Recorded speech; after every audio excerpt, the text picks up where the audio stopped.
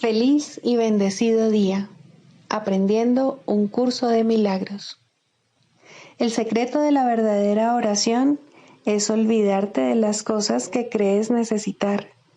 Pedir algo específico es igual que ver el pecado primero y luego perdonarlo. Del mismo modo, al orar pasas por alto tus necesidades específicas, tal como las ves, y las dejas en manos de Dios. Ahí se convierten en los regalos que le haces, pues le dicen que no antepondrás otros dioses a Él, ni que quieres otro amor que el suyo. Este libro es un comienzo, no un final.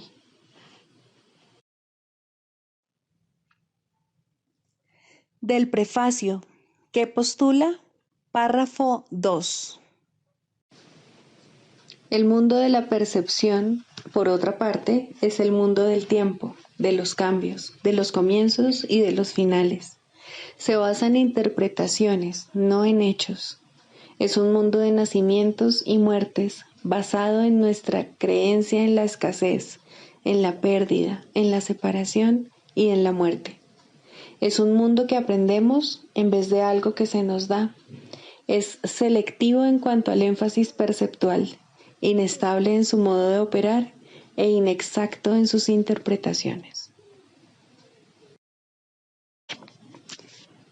Introducción. Este es un curso de milagros. Es un curso obligatorio. Solo el momento en que decides tomarlo es voluntario. Tener libre albedrío no quiere decir que tú mismo puedas establecer el plan de estudios. Significa únicamente que puedes elegir lo que quieres aprender en cualquier momento dado. Este curso no pretende enseñar el significado del amor, pues eso está más allá de lo que se puede enseñar. Pretende, no obstante, despejar los obstáculos que impiden experimentar la presencia del amor, el cual es tu herencia natural. Lo opuesto al amor es el miedo, pero aquello que todo lo abarca no puede tener opuestos. Este curso puede, por lo tanto, resumirse muy simplemente de la siguiente manera. Nada real puede ser amenazado. Nada irreal existe. En esto radica la paz de Dios. Capítulo 1. El significado de los milagros. Primero, principios de los milagros. Principio 21. Los milagros son expresiones naturales de perdón. Por medio de los milagros aceptas el perdón de Dios al extendérselo a otros.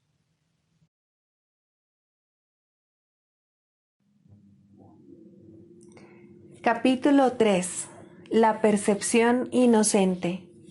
Quinto, más allá de la percepción. He dicho que las capacidades que ahora posees no son sino sombras de tu verdadera fortaleza, y que la percepción, que es intrínsecamente enjuiciadora, comenzó solo después de la separación. Desde entonces, nadie ha estado seguro de nada. He dejado claro asimismo que la resurrección fue el medio para regresar al conocimiento, lo cual se logró mediante la unión de mi voluntad con la de mi Padre. Es oportuno ahora establecer una distinción que ha de clarificar algunos de los postulados que se presentarán más adelante. Desde que se produjo la separación, ha habido una gran confusión entre las palabras crear y fabricar. Cuando fabricas algo, lo haces como resultado de una sensación específica de carencia o de necesidad. Nada que se haya hecho con un propósito específico tiene la capacidad de poder generalizarse. Cuando haces algo para remediar lo que percibes como una insuficiencia, Estás afirmando tácitamente que crees en la separación.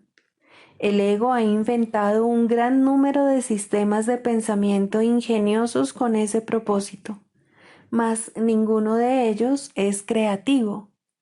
La inventiva, aun en su manifestación más ingeniosa, es un esfuerzo en vano. Su naturaleza sumamente específica apenas se compara con la creatividad abstracta de las creaciones de Dios. El conocimiento, como ya hemos observado, no conduce a la acción. Tu confusión entre tu verdadera creación y lo que has hecho de ti mismo es tan grande que se te ha hecho literalmente imposible saber nada. El conocimiento es siempre estable y es evidente que tú no lo eres. Aún así, eres perfectamente estable tal como Dios te creó. En ese sentido, cuando tu comportamiento es inestable, estás en desacuerdo con la idea que Dios tiene acerca de tu creación. Puedes hacer esto si así lo eliges, mas no querrías hacerlo si estuvieses en tu mente recta. La pregunta fundamental que continuamente te haces no puedes propiamente dirigírtela a ti mismo. Cuando continúas preguntándote qué es lo que eres, implica no solo que sabes la respuesta, sino que es a ti a quien le corresponde proveerla. No obstante, es imposible que puedas percibirte a ti mismo correctamente. No tienes una imagen que puedas percibir. La palabra imagen está siempre vinculada a la percepción y no forma parte del conocimiento. Las imágenes son simbólicas y representan algo diferente de ellas mismas. La idea de cambiar tu imagen reconoce el poder de la percepción, pero implica también que no hay nada estable en ti que se pueda conocer. El conocimiento no está sujeto a interpretaciones. Puedes tratar de interpretar el significado de algo, pero en eso siempre existe la posibilidad de equivocarse, porque se refiere a la percepción que se tiene del significado. Tales incongruencias son el resultado de tus intentos de considerarte a ti mismo separado y no separado al mismo tiempo. Es imposible incurrir en una confusión tan fundamental sin aumentar aún más tu confusión general. Tu mente podrá haber llegado a ser muy ingeniosa, pero como siempre ocurre cuando el método y el contenido están en desacuerdo, la usas en un fútil intento de escaparte de un callejón sin salida. La ingeniosidad no tiene nada que ver con el conocimiento, pues el conocimiento no requiere ingeniosidad. El pensamiento ingenioso no es la verdad que te hará libre, pero te librarás de la necesidad de usarlo una vez que estés dispuesto a prescindir de él. La oración es una forma de pedir algo. Es el vehículo de los milagros, mas la única oración que tiene sentido es la del perdón, porque los que han sido perdonados lo tienen todo. Una vez que se ha aceptado el perdón, la oración, en su sentido usual, deja de tener sentido. La oración del perdón no es más que una petición para que puedas reconocer lo que ya posees. Cuando elegiste la percepción en vez del conocimiento, te colocaste en una posición en la que solo percibiendo milagrosamente podías parecerte a tu Padre. Has perdido el conocimiento de que tú mismo eres un milagro de Dios. La creación es tu fuente y es también la única función que verdaderamente tienes. La afirmación Dios creó al hombre a imagen y semejanza propia necesita ser reinterpretada. Imagen puede entenderse como pensamiento y semejanza como de una calidad semejante. Dios efectivamente creó al espíritu en su propio pensamiento y de una calidad semejante a la suya propia. No hay nada más. La percepción, por otra parte, no puede tener lugar sin la creencia en más y en menos. La percepción entraña selectividad a todo nivel. Es un proceso continuo de aceptación y rechazo, de organización y reorganización, de sustitución y cambio. Evaluar es un aspecto esencial de la percepción, ya que para poder seleccionar es necesario juzgar. ¿Qué le ocurre a la percepción en ausencia de juicios o de nada que no sea perfecta igualdad? Percibir se vuelve imposible. La verdad solo se puede conocer. Toda ella es igualmente verdadera y conocer cualquier parte de ella es conocerla en su totalidad. Únicamente la percepción entraña una conciencia parcial. El conocimiento trasciende las leyes que gobiernan la percepción porque un conocimiento parcial es imposible. El conocimiento es uno y no tiene partes separadas.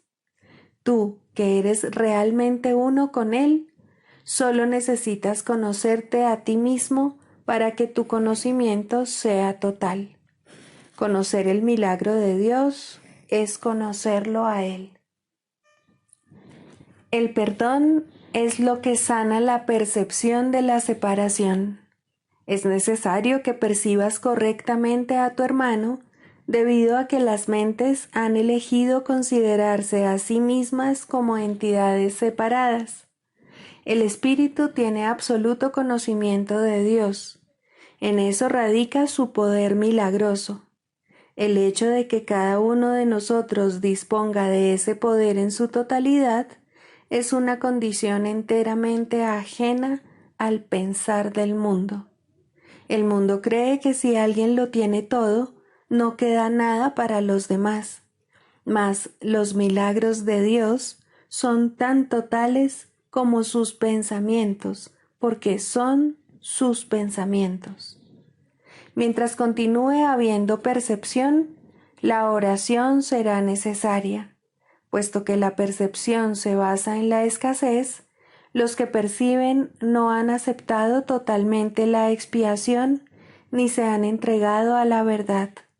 La percepción se basa en un estado de separación, así que todo aquel que de alguna manera percibe tiene necesidad de curación. El estado natural de los que gozan de conocimiento es la comunión, no la oración. Dios y su milagro son inseparables. Cuán bellos son en verdad los pensamientos de Dios que viven en su luz. Tu valía está más allá de la percepción, porque está más allá de toda duda. No te percibas a ti mismo bajo ninguna otra luz. Conócete en la única luz en la que el milagro que eres se alza en perfecta claridad. Libro de ejercicios. 3. ¿Qué es el mundo? El mundo es una percepción falsa. Nació de un error y no ha abandonado su fuente. Persistirá mientras se siga abrigando el pensamiento que le dio vida. Cuando el pensamiento de separación haya sido sustituido por uno de verdadero perdón, el mundo se verá de una manera completamente distinta, de una manera que conduce a la verdad en la que el mundo no puede sino desaparecer, junto con todos sus errores. Ahora su fuente ha desaparecido, al igual que sus efectos. El mundo se fabricó como un acto de agresión contra Dios. Es el símbolo del miedo. Mas, ¿qué es el miedo sino la ausencia de amor? El mundo, por lo tanto, se fabricó con la intención de que fuese un lugar en el que Dios no pudiese entrar y en el que su Hijo pudiese estar separado de él. Esa fue la cuna de la percepción, pues el conocimiento no podría haber sido la causa de pensamientos tan descabellados. Mas los ojos engañan y los oídos oyen falsedades. Ahora es muy posible cometer errores porque se ha perdido la certeza. Y para sustituirla nacieron los mecanismos de la ilusión, que ahora van en pos de lo que se les ha encomendado buscar. Su finalidad es servir el propósito para el que se fabricó el mundo, de modo que diese testimonio de él y lo hiciera real. Dichos mecanismos ven en sus ilusiones una sólida base donde existe la verdad y donde se mantiene aparte de las mentiras. No obstante, no informan más que de ilusiones, las cuales se mantienen separadas de la verdad. Del mismo modo en que el propósito de la vista fue alejarte de la verdad, puede asimismo tener otro propósito. Todo sonido se convierte en la llamada de Dios, y aquel a quien Dios designó como el Salvador del mundo puede conferirle a toda percepción un nuevo propósito. Sigue su luz y verás el mundo tal como Él lo ve. Oye solo su voz en todo lo que te habla y deja que Él te conceda la paz y la certeza que tú desechaste, pero que el cielo salvaguardó para ti en Él. No nos quedemos tranquilos hasta que el mundo se haya unido a nuestra nueva percepción. No nos demos por satisfechos hasta que el perdón sea total, y no intentemos cambiar nuestra función. Tenemos que salvar al mundo, pues nosotros que lo fabricamos tenemos que contemplarlo a través de los ojos de Cristo, de modo que aquello que se concibió para que muriese pueda ser restituido a la vida eterna.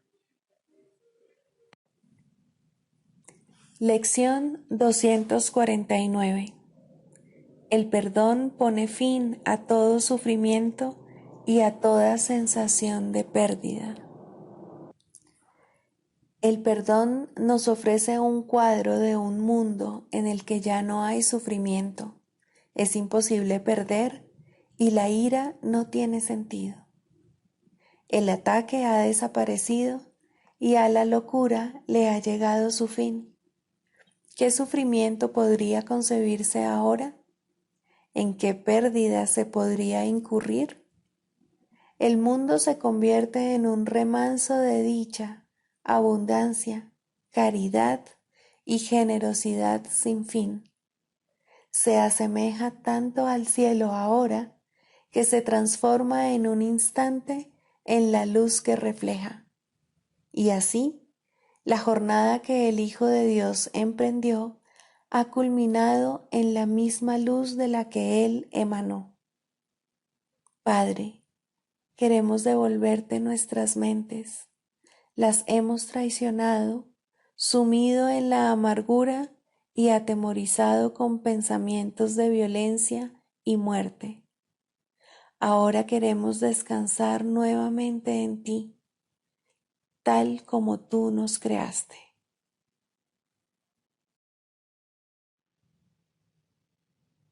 Del Manual para el Maestro, pregunta 4. ¿Cuáles son las características de los maestros de Dios? 6. Indefensión. Los maestros de Dios han aprendido a ser sencillos. No tienen sueños que tengan que defender contra la verdad. No tratan de forjarse a sí mismos. Su júbilo procede de saber quién los creó. ¿Y es acaso necesario defender lo que Dios creó? Nadie puede convertirse en un maestro de Dios avanzado hasta que no comprenda plenamente que las defensas no son más que absurdos guardianes de ilusiones descabelladas. Cuanto más grotesco es el sueño, más formidables y poderosas parecen ser sus defensas. Sin embargo, el Maestro de Dios acepta finalmente mirar más allá de ellas. Se da cuenta de que allí no había nada. Lentamente, al principio, permite que se le desengañe, pero a medida que su confianza aumenta, aprende más rápido. Cuando se abandonan las defensas, no se experimenta peligro. Lo que se experimenta es seguridad. Lo que se experimenta es paz. Lo que se experimenta es dicha. Y lo que se experimenta es Dios.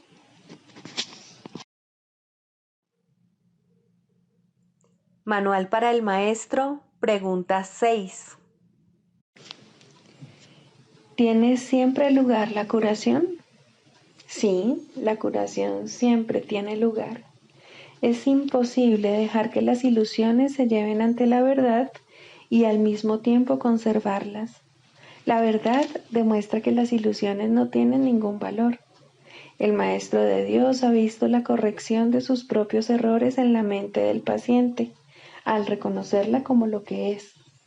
Al haber aceptado la expiación para sí mismo, también la ha aceptado para el paciente.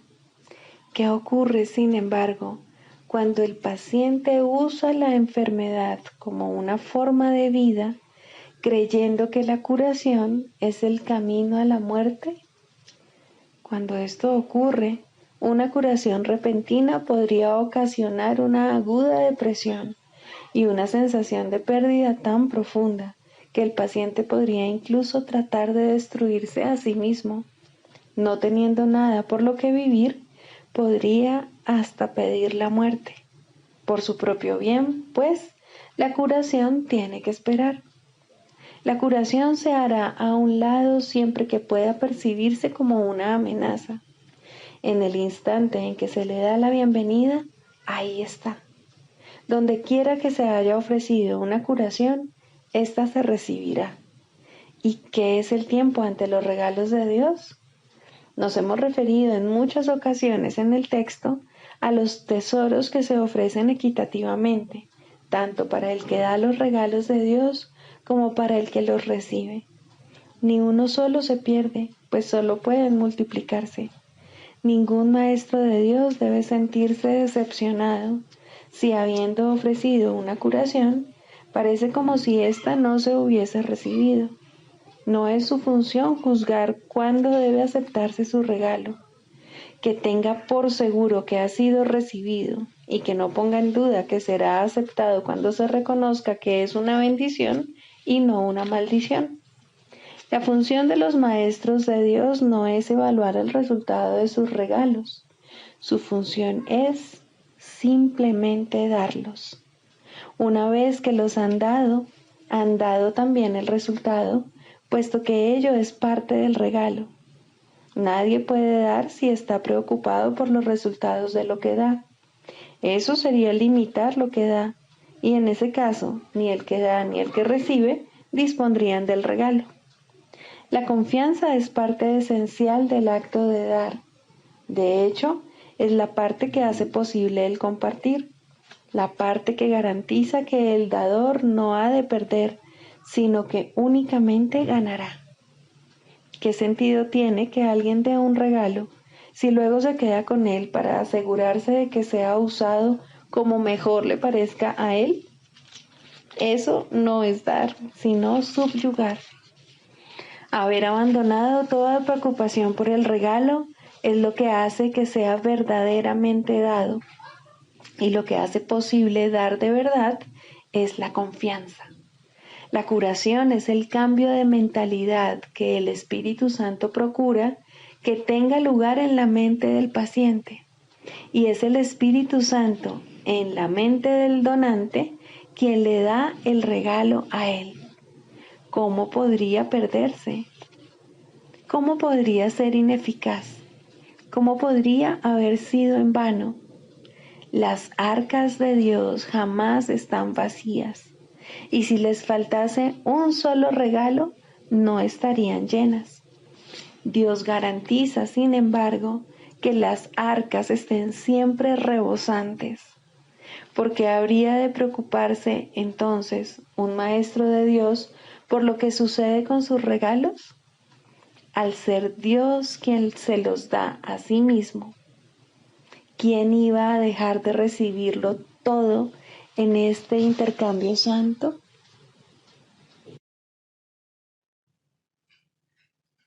Clarificación de términos. El perdón, la faz de Cristo. El perdón es el medio que nos lleva a Dios y que nos permite alcanzarle, mas es algo ajeno a Él. Es imposible concebir que algo creado por Él pueda necesitar perdón. El perdón, entonces, es una ilusión, pero debido a su propósito, que es el del Espíritu Santo, hay algo en ella que hace que sea diferente. A diferencia de las demás ilusiones, nos aleja del error en vez de acercarnos a él. Al perdón podría considerársele una clase de ficción feliz, una manera en la que los que no saben pueden salvar la brecha entre su percepción y la verdad. No pueden pasar directamente de la percepción al conocimiento, porque no creen que esa sea su voluntad. Esto hace que Dios parezca ser un enemigo en lugar de lo que realmente es, y es precisamente esta percepción de mente la que hace que no estén dispuestos a simplemente ascender y retornar a Él en paz. Y de este modo necesitan una ilusión de ayuda, porque se encuentran desvalidos, un pensamiento de paz porque están en conflicto. Dios sabe lo que su Hijo necesita antes de que Él se lo pida. Dios no se ocupa en absoluto de la forma, pero al haber otorgado el contenido, su voluntad es que se comprenda, y eso basta. Las formas se adaptan a las necesidades, pero el contenido es inmutable, tan eterno como su creador. Antes de que el recuerdo de Dios pueda retornar, es necesario ver la faz de Cristo. La razón es obvia. Para ver la faz de Cristo se requiere percepción. El conocimiento no es algo que se pueda ver, pero la faz de Cristo es el gran símbolo del perdón, es la salvación, es el símbolo del mundo real. El que la ve deja de ver el mundo. Está tan cerca ya del umbral del cielo como es posible estar mientras aún esté afuera. Mas desde ahí, un paso más basta para entrar. Es el paso final, y ese se lo dejamos a Dios. El perdón es un símbolo también, pero en cuanto que símbolo exclusivo de la voluntad del Padre, no puede ser dividido. Y así, la unidad que refleja se convierte en su voluntad. Eso es lo único que aún está en el mundo en parte y que, al mismo tiempo, es el puente que conduce al cielo. La voluntad de Dios es lo único que existe. Lo único que podemos hacer es pasar de la nada al todo, del infierno al cielo. ¿Es esto una jornada? No, en verdad no lo es, pues la verdad no va a ninguna parte. Pero las ilusiones cambian según el lugar o la época. El paso final no es más que otro cambio. Por ser una percepción, es en parte irreal. Sin embargo, esa parte desaparecerá. Lo que entonces quedará será la paz eterna y la voluntad de Dios. Ahora ya no hay deseos, pues los deseos cambian. Incluso lo que una vez se deseó puede volverse indeseable. Esto es así porque el ego jamás puede estar en paz, pero la voluntad es constante por ser el don de Dios, y lo que Él da es siempre como Él mismo. Este es el propósito de la faz de Cristo. Es el regalo de Dios para la salvación de su Hijo. Contempla únicamente esto y habrás sido perdonado. Cuán hermoso se vuelve el mundo en ese instante en el que ves la verdad acerca de ti mismo reflejada en él. Ahora estás libre de pecado y contemplas tu impecabilidad. Ahora eres santo y así lo percibes. Y ahora la mente retorna a su Creador, la unión de Padre e Hijo, la unidad de unidades que se encuentra detrás de toda unión, aunque más allá de todas ellas. No se ve a Dios, sino que únicamente se le comprende. No se ataca a su Hijo, sino que se le reconoce.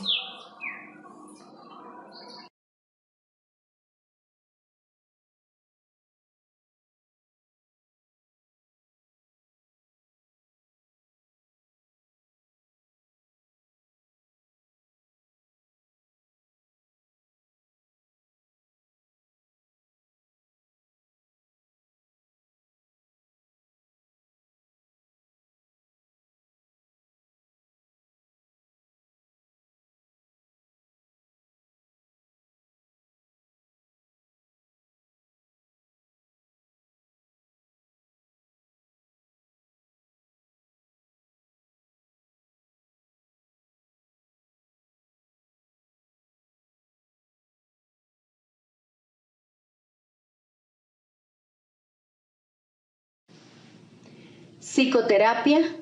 Primero, el propósito de la psicoterapia. Muy sencillamente, el propósito de la psicoterapia es eliminar los obstáculos a la verdad. Su objetivo es ayudar al paciente a abandonar su fijo sistema ilusorio y comenzar a reconsiderar las espurias relaciones causa-efecto sobre las cuales descansa este sistema. Nadie en este mundo se escapa del miedo, pero todo el mundo puede reconsiderar sus causas y aprender a evaluarlas correctamente. Dios ha dado a todo el mundo un maestro cuya sabiduría y ayuda sobrepasan ampliamente cualesquiera contribuciones que un terapeuta terrenal pueda proveer. Sin embargo, hay momentos y situaciones en las cuales una relación terrenal paciente-psicoterapeuta se convierte en la manera a través de la cual él ofrece sus más grandes regalos a ambos. ¿Qué mejor propósito podría una relación tener que el de invitar al Espíritu Santo a entrar en ella y dar su propio gran regalo de regocijo? ¿Qué más alta meta podría haber para cualquiera que la de aprender a invocar a Dios y escuchar su respuesta? ¿Y qué objetivo más trascendente puede haber que el de evocar el camino, la verdad y la vida y recordar a Dios? Ayudar en esto es el propósito correcto de la psicoterapia. ¿Podría algo ser más santo? Pues la psicoterapia, entendida correctamente, enseña el perdón y ayuda al paciente a reconocerlo y a aceptarlo. Y en su sanación, el terapeuta se perdona junto con él. Todo el que necesita ayuda, sin importar la forma de su sufrimiento, se está atacando a sí mismo y como consecuencia de ello, la paz de su mente está sufriendo. Estas tendencias a menudo se describen como autodestructivas Y con frecuencia, el paciente mismo las percibe de esa forma. De lo que no se da cuenta y lo que necesita aprender es que ese yo, que puede atacar y también ser atacado, es un concepto que él ha fabricado. Aún más, lo atesora, lo defiende y en ocasiones incluso se encuentra dispuesto a sacrificar su vida en nombre de ese yo, pues lo considera su propio ser. Lo ve como algo que se afecta, que reacciona a fuerzas externas según ellas lo requieren y que se encuentra indefenso en medio del poder del mundo. La psicoterapia, entonces, debe restablecer a su conciencia la habilidad para tomar sus propias decisiones. Debe disponerse a revertir su pensamiento y a entender que aquello que él creyó que proyectaba sus efectos sobre él era fabricado por sus propias proyecciones sobre el mundo. Por tanto, el mundo que ve no existe. Hasta que esto se acepte, al menos en parte, el paciente no puede verse a sí mismo como realmente capaz de tomar decisiones y luchará contra su libertad por creer que se trata de su esclavitud. El paciente no necesita pensar que la verdad es Dios para tener progresos en la salvación, pero debe comenzar a separar la verdad de la ilusión al reconocer que no son lo mismo y al estar paulatinamente más dispuesto a ver las ilusiones como falsas y a aceptar la verdad como tal. Su maestro lo conducirá desde ahí, tan lejos como se encuentre dispuesto a llegar. La psicoterapia solo puede ahorrarle tiempo. El Espíritu Santo usa el tiempo como lo considera mejor, y Él nunca se equivoca. La psicoterapia, bajo su dirección, es uno de los medios que usa para ahorrar tiempo y para preparar maestros adicionales para su obra. La ayuda que Él comienza y dirige no tiene fin. Cualquiera que sea la ruta que Él elija, toda psicoterapia finalmente conduce a Dios. Pero eso se le deja a Él. Todos somos sus psicoterapeutas, pues quiere que todos seamos sanados en Él.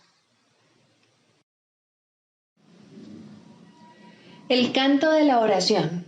Segundo, la escalera de la oración. La oración no tiene principio ni fin, es parte de la vida, pero sí cambia de forma y crece a medida que uno va aprendiendo hasta que alcanza su estado amorfo y se funde en una comunicación total con Dios. En su aspecto peticionario, no necesita apelar a Dios, que de hecho rara vez se hace, y ni siquiera entraña creencia alguna en Él. En estos niveles, la oración es un simple desear que surge de un sentido de carencia y escasez. Estas formas de oración o de pedir desde la necesidad siempre entrañan un sentimiento de debilidad e insuficiencia. Nadie, pues, que esté seguro de su identidad, podría orar de esta manera. Pero no es menos cierto que nadie que no tenga certeza sobre su identidad puede evitar hacerlo. La oración es tan continua como la vida. Todo el mundo ora sin cesar. Pide y ya has recibido, pues has determinado qué es lo que quieres. Es posible, asimismo, alcanzar una forma más elevada de pedir desde la necesidad, puesto que en este mundo la oración es reparadora y, por lo tanto, entraña niveles de aprendizaje. En este caso, la petición puede ser dirigida a Dios con verdadera fe, pero aún sin comprensión.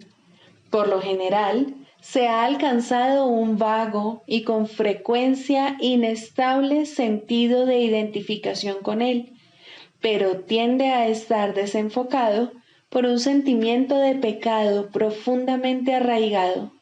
En este nivel es posible que se sigan pidiendo cosas mundanas en variedad de formas, como también es posible pedir dones tales como la bondad o la honestidad y, en particular, perdón para las muchas fuentes de culpa que inevitablemente yacen bajo cualquier oración procedente de la necesidad.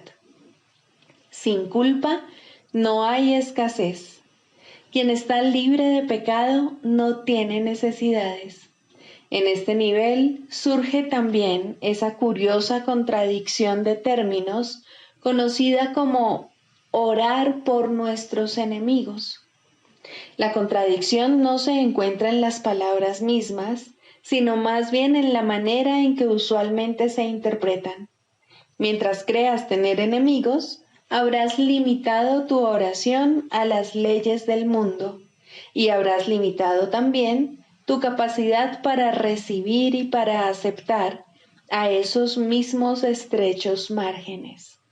Sin embargo, si tienes enemigos, tienes necesidad de oración y una gran necesidad, por cierto.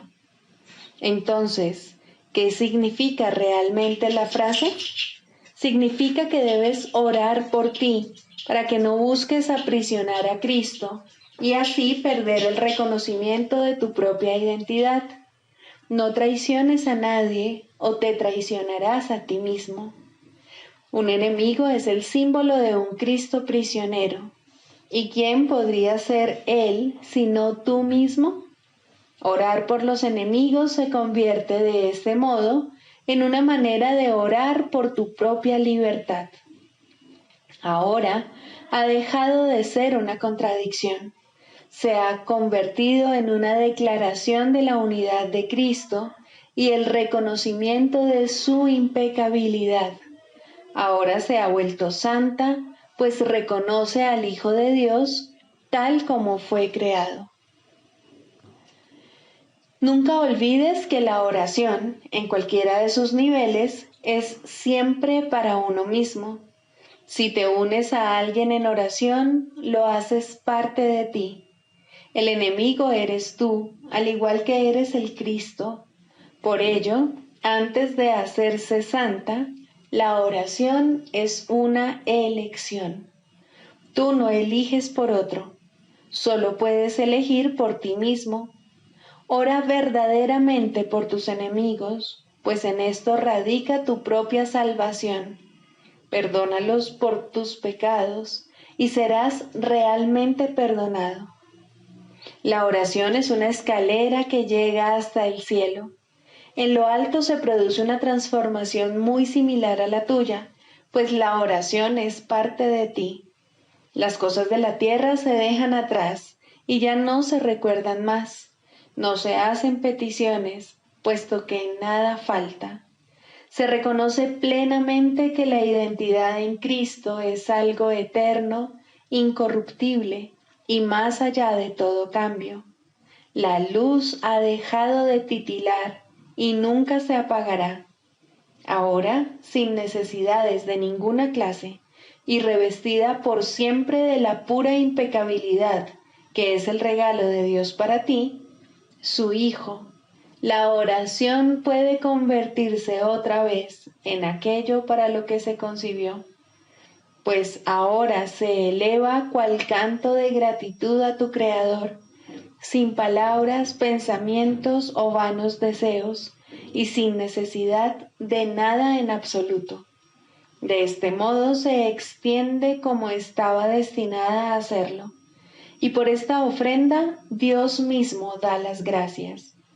Dios es la meta de toda oración, lo cual la hace eterna en vez de temporal.